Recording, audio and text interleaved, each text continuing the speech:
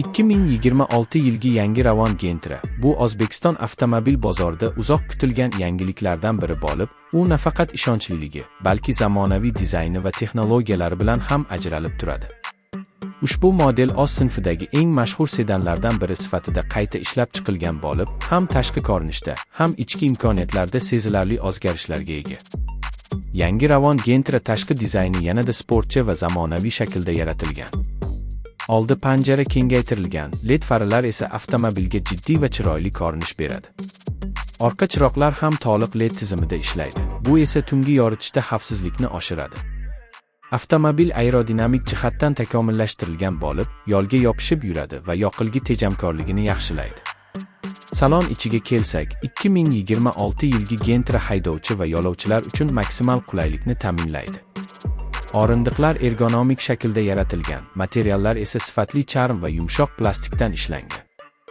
Keng multimedia tizimi, 9 dyuymli sensor ekran, Android Auto va Apple CarPlay qo'llab-quvvatlashi bilan jihozlangan. Shuningdek, avtomobil ichida avtomatik iqlim nazorati, rulda o'rnatilgan boshqaruv tugmalari va orqa kamera mavjud.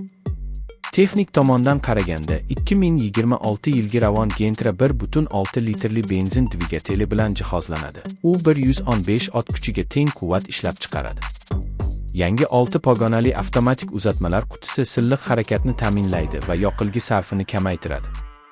Mashina shahar ichida 7-8 litr, trassa bo'ylab esa 5.5 litrgacha yoqilg'i sarflaydi. Xavfsizlik tizimlari ham sezilarli darajada takomillashtirilgan. ABS, ESP, old va yon xavfsizlik yostiqchalari, tormoz yordam tizimi hamda tepalikka chiqish va tushishda yordamchi funksiyalar bilan ta'minlangan.